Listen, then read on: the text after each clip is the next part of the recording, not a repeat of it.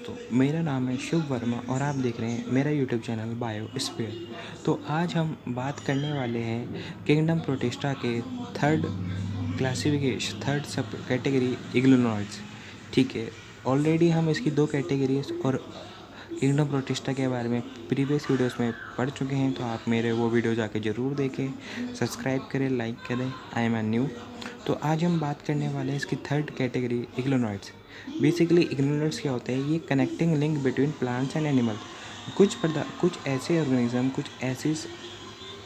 कुछ ऐसे बैक्टीरिया जो प्लांट एंड एनिमल दोनों की प्रॉपर्टी शो करते हैं। प्रॉपर्टी शो करने का मतलब ये एनिमल और प्लांट दोनों की तरह बिहेव करते हैं, उनको हम इग्लोनॉइड्स कहते हैं। ज़्यादातर इग्लोनॉइड्स हमारे फ्रेश वाटर में पाए जाते हैं।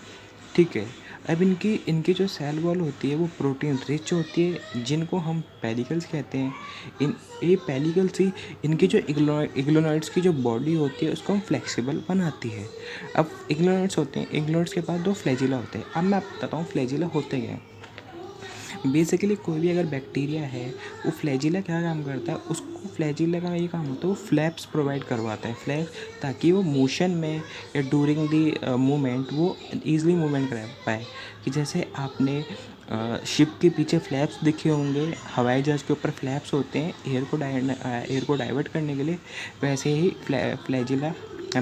फ्लैजिला इन्हें एक मूवमेंट और डूइंग द लोकोमोशन प्रोवाइड करवाते हैं। ये 2 फ्लैजिला होते हैं, इनमें एक होता है शॉर्ट और एक होता है लॉन्ग। ठीक है, अब इनके आते हैं mode of nutrition. Mode of nutrition मतलब कि किस तरीके से खाना लेते हैं। ये दोनों टाइप से खाना लेते हैं। ये ऑटोट्रॉप्स भी होते हैं, ये हेटरोट्रॉप्स भी होते हैं। कुछ इनमें से हेटरोट्रॉप्स होंगे, कुछ इनमें से ऑटोट्रॉप्स होंगे।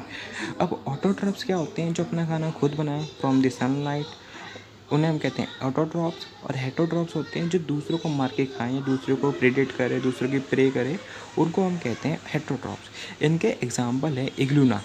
ओके, अभी हम इसकी बात करते हैं, हम इसकी third category slime moulds, sorry माफ़ करेगा, फोर्थ कैटेगरी स्लाइम मोल्ड।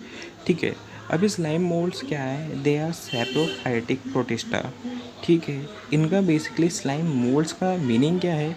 ये क्या करते हैं, जो भी हमारे ऑर्गेनिक मैटर होते हैं उनको इनगल्फ कर लेते हैं। इनगल्फ करने का मतलब ये है, उनको खा लेते हैं। खा लेने के बाद ये उसको डिकम्पोज कर देते हैं, और डिकम्पोज करने के बाद पीछे रह जाता है हमारा ऑर्गेनिक मैटर। ठीक है, अब ये क्या होता है, ये भी सूटेबल, जब इन्हें स्लाइम मोल्ड्स को एक सूटेबल कंडीशन मिलती है, ठीक है, ये एक एग्रीगेशन बनाते हैं जिसको हम कहते हैं प्लाज्मोडियम। ये प्लाज्मोडियम क्या होता है? ये बेसिकली एक, आप मलेरिया में पढ़ेंगे, ये ग्रो करता है एंड रीच कर देता है सेवरल फीट। ठीक है, सेवरल फीट में पहुंच जाता है। अब ये क्या करते हैं, जब इसे अनफेवरेबल कंडीशन मिलती है, जब इसके अनुसार इस कंडीशन नहीं होती, तो प्लाज्मोडियम क्या करता है, अपने आप को डिफ्रेंशिएट कर देता है, मतलब बांट देता है। ये बांटने का मतलब ये खुद को, अपने आप को तोड़ लेता है। जो ये फॉर्म करता है फ्रूटिंग बॉडीज़, फ्रूटिंग बॉडीज़ के ऊपर होते हैं, इसके ऊपर स्पोर्स होते हैं। ठीक है, ये जो हमारा स्लाइम मोल्ड है, ये हमारी एक्सट्रीमली रेजिस्टेंट होता है, survive for many years. Extremely resistant का मतलब ये है कि ये बहुत, कि इसे कुछ भी फ़र्क नहीं पड़ता, कैसा भी इन्वायरमेंट है, जहाँ मर्जी रह लेगा, हॉट स्प्रिंग कुछ भी। ठीक है, और ये सालों तक धरती पर रह सकता है, इवन एडवर्स कंडीशन।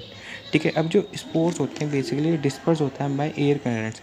जैसे आपको पता लग रहा है स्पोर्स, बेसिकली स्पोर्स क्या होते हैं? हल्के जैसे पेड़ पौधों के ऊपर कुछ चीज़ होती है, उसको हम कहते हैं स्पोर्स। ये जैसे हमारी हवा चलती है, उससे एक उड़ जाते हैं। अब हम इसकी फोर्थ कैटेगरी में आते हैं, हमारे आते हैं प्रोटोजोआस।